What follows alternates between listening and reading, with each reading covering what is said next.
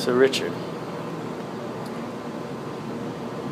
your work is called Headlessness, right? That's right. To me, it appears very much like you have a head, right? So what does headlessness mean? What does that mean? Well, I have one for you, but I don't for me. And I'm just being aware of my own point of view and taking it seriously. So when I look at you, I have your face and not Richard. Okay. So what about looking in a mirror? And when you see a reflection in the mirror, there's some identification with that face belonging to you, yeah? Yes, the mirror shows me what I look like at that range, at 18 inches or something. And what I look like depends on where I'm looked at from.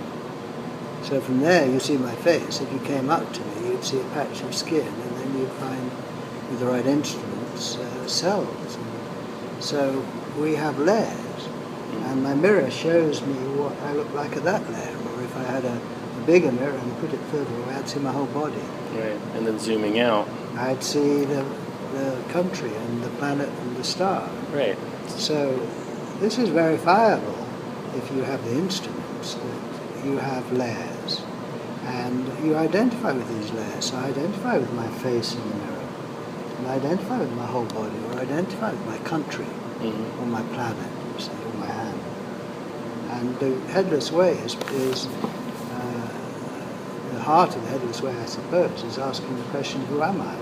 So who is at the heart of all these appearances, all these layers? Who is it that identifies with these layers? Well, yes, that's right.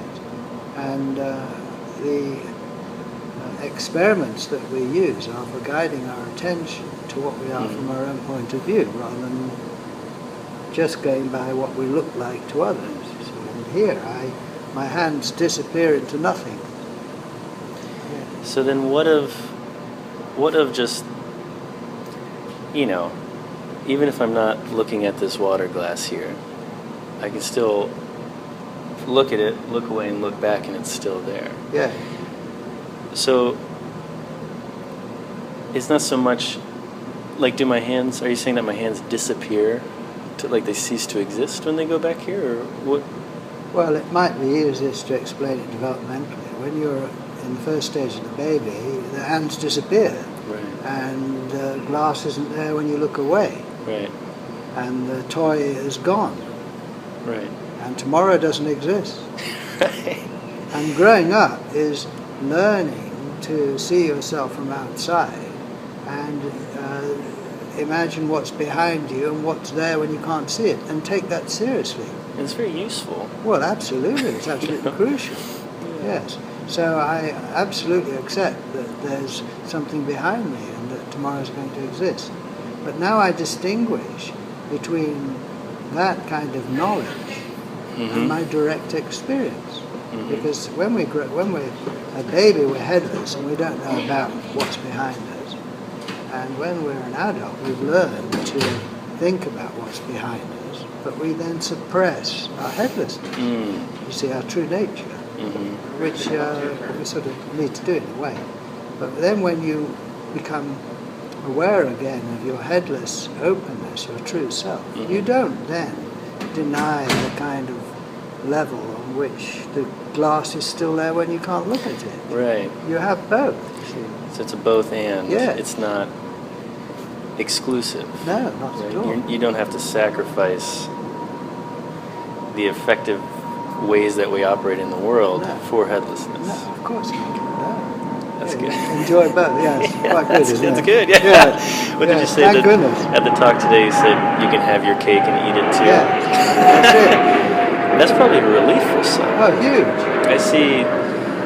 I think, I've seen, researching different spiritual paths,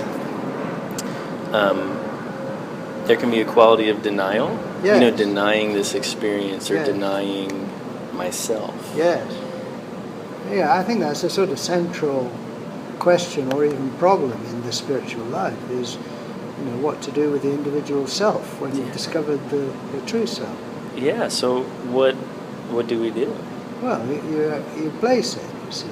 My face is there in the mirror, and somewhere out there between you and me, but here I'm empty. So now I don't have to get rid of Richard. I enjoy the presence of Richard wherever he is, you see, but I'm aware that Richard is a kind of disguise I'm putting on as who I really am, you see. Maybe we could fashion one of the Headless Experiments, because people are going to be watching this video, so the people watching the video are seeing a certain perspective of us. Yes, that's right. Well, no, that's very good. The viewer will be looking from there, I suppose, and they can see our two heads. Right, one head, two heads. But for me, it's head to no head, and the same the other way around. Because I see your head, but you don't see yours. No, there's just phenomena arising. That's right. Yes. So now the viewer can notice that there's two heads here, but they don't see their own head there. You see. And our two faces are appearing in the open space that you're looking at us. So welcome. So there's a no head over here. Yes. There's a no head over here. Yes. But, okay, so that's an interesting question, right? Is it one no head, two no head, three no head, or is it just... Well, you see what I mean? I do. Mm-hmm. I mean, on present experience, how many no heads do you actually experience?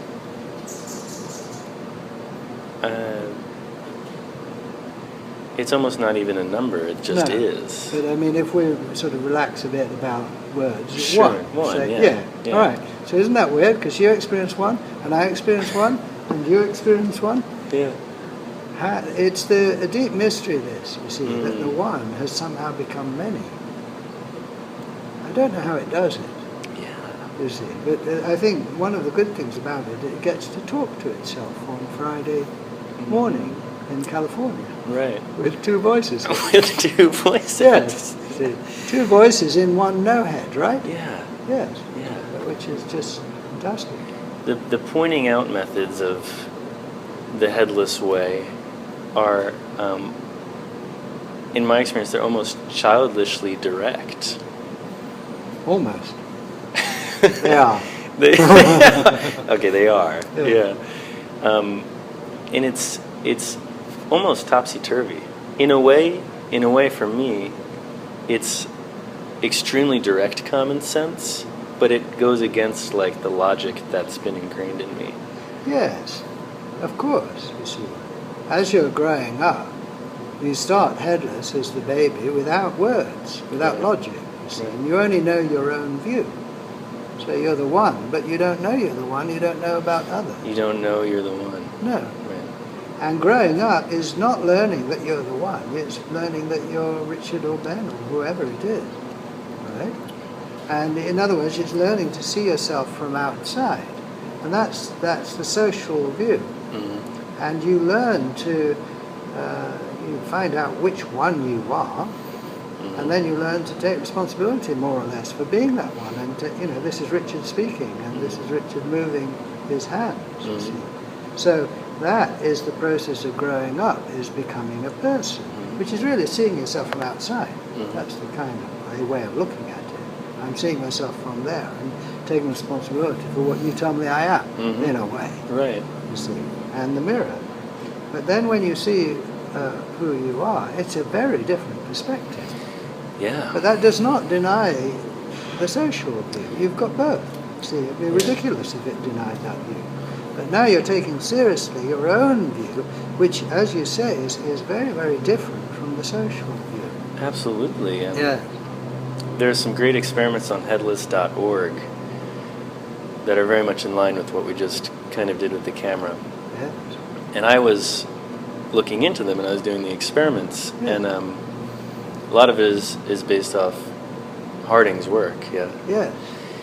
And he was in the experiments that discussed how, from my direct point of view, just very directly, if I look down at my legs, they're actually extending upwards. I know, in the picture. Yeah, like if I was to draw myself as I am, directly, with no concept of spatial distance between things or perspective, my my whole experience is displaying outwards from this. Yes, that's right.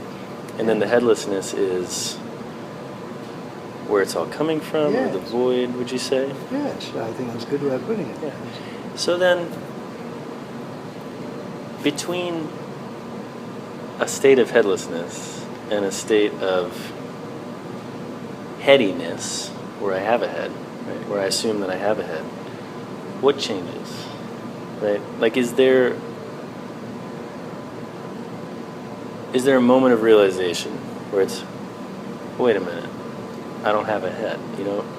Well, you see, I think the experience is immediate and total. You can't half see your headlessness, can you? No. And you can't see it just a little bit better today than yesterday. So you certainly never have half a head. No. It's all or nothing. Yes. But then what we think and feel about it changes, which is the realizations that come and go. And so those are different for each person, and we don't need to confuse the reactions we have to this neutral, non-verbal state with the neutral, non-verbal state. On the one hand is this openness that is non-verbal. You can't do it wrong. It's what you are. It's what you've always been. And on the other hand is your present reflection and reaction to it, like, you know, like wow, or so what. Right. But either is a valid reaction to the experience which is always available. Look, you see, if you point at your face, the viewer can try it. See, well, you're not. You're pointing at no face. Well, I am, anyway. And that is not dependent on how happy you're feeling, your mood, or whether you've meditated before. I mean, you can't see your face. No matter what you do. No, that's right. Yes. So whether or not you do anything with it, in other words, whether or not you go on being aware of it and kind of get into the habit of consciously being headless, you see, that is where it's going to make a difference to your life if you do that. So that's what I wanted to kind of get into, like the difference in one's life. This is more or less a spiritual practice, if we had to categorize it, yeah. And, you know, a lot of spiritual practices are focused on dealing with suffering, you know, because sometimes it's very uncomfortable to have a head. Sometimes it's very uncomfortable to be a distinct sense of self. You know, there's these self-consciousnesses. There are these little moments of existential suffering that are constantly happening. So with headlessness, does that address suffering, or what is its stance on, you know, human suffering? Well, I think the one thing is just as I see it's face to no face and sound to silence, if you like, so it's suffering to no suffering. And so it places the suffering. And it doesn't make the suffering go away necessarily, but it locates it. And you've got to try it out. I mean, just as I'm space for my hand, I'm space for the sensations of my hand, and space for the pain in my hand, or I'm space for something that's a problem coming up in the space. Right. So then one looks to see whether or not this ongoing awareness of being space for what's happening makes a difference. Right. Well, it does. Right. You see, because there's a place right where you are that is not affected by the suffering. And this isn't because you've been meditating for a long time. It's just true. It's just there. It's just there. It's free and empty and silent and still and free of problems. But, or you could say it's free for problems, right? But that awareness that you're free of problems where you are, it doesn't sound like much, but, you know, well, what's the alternative anyway? But, well, I suppose there are, but try it out, you see. And you're living from the truth, that's the bottom line. Right. That's the way things are. The sense that I get is that it's somewhat of a yoking of the personality, or this arising sense of identity, you know, Ben-ness or Richard-ness is that which experiences suffering. And reminding Ben or Richardness of its context, of this space, has some sort of soothing effect. Yes. Just by nature, right? Yes.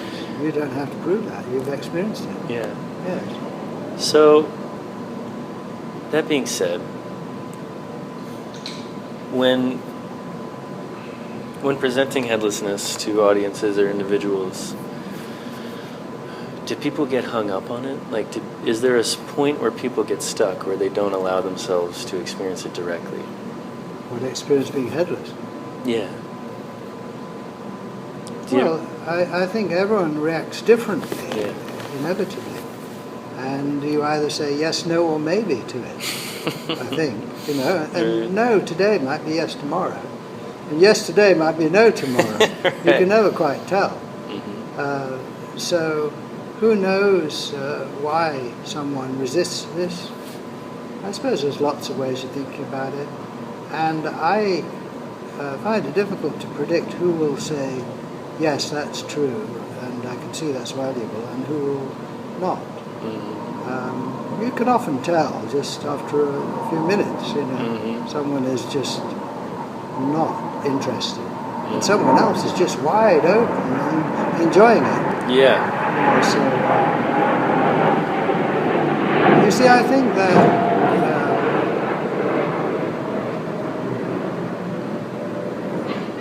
the one seems to love having a whole range of reactions to itself. That's part of life, I suppose. So, are we talking about some form of enlightenment here? There's a lot of talk about enlightenment.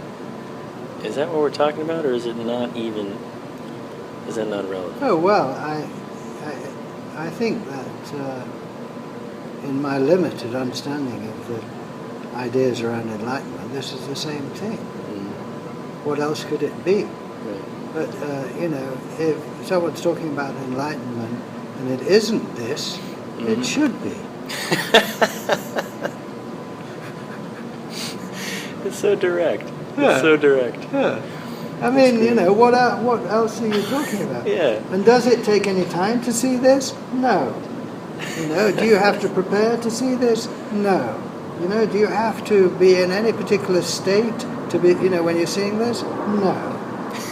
I'll go by my own experience rather than what somebody tells me. It's almost like pure scientific method.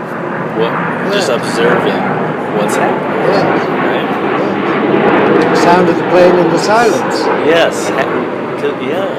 Because the sound of the plane has to occur in some medium. Well, it does. It does. Yes. In silence. Yes.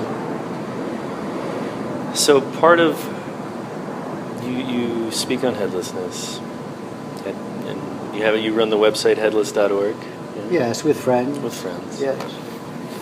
Headless Friends. Yes.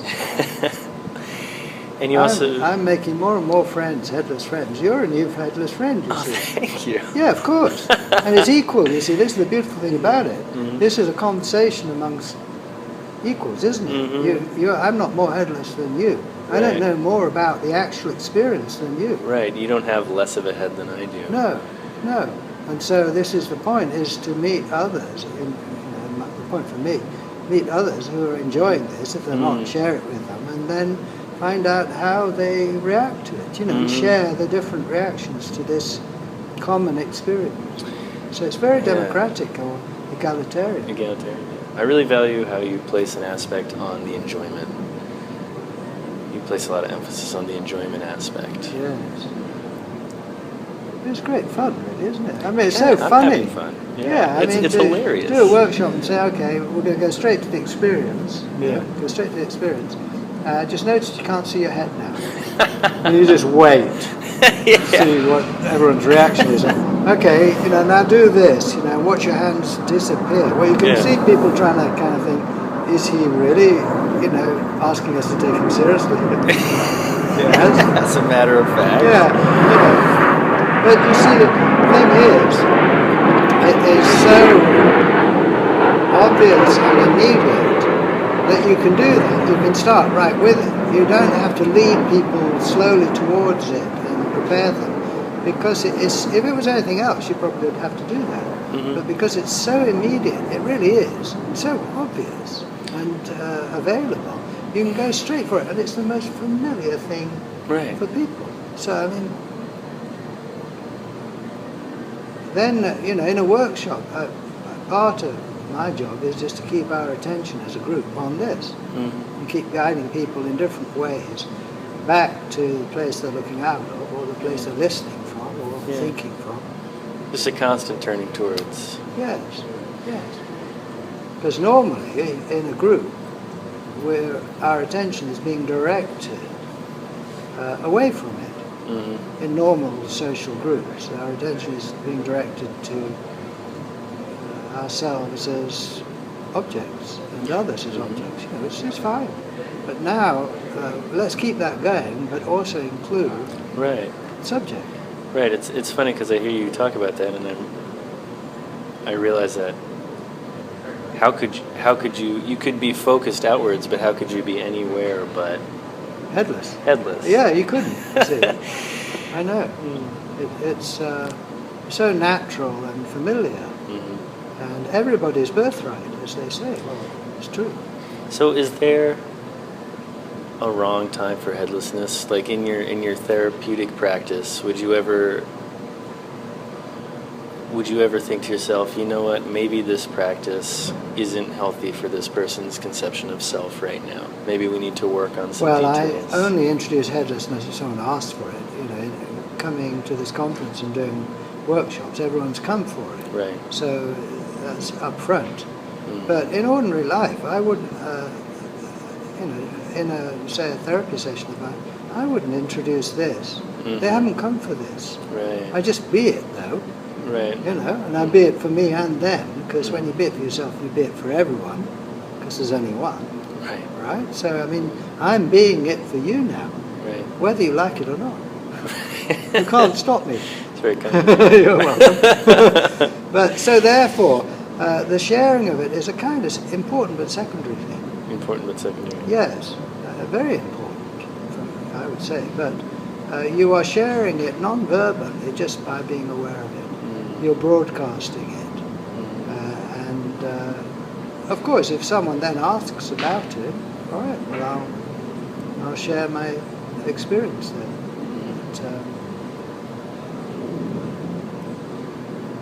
You can just be it and broadcast it that way.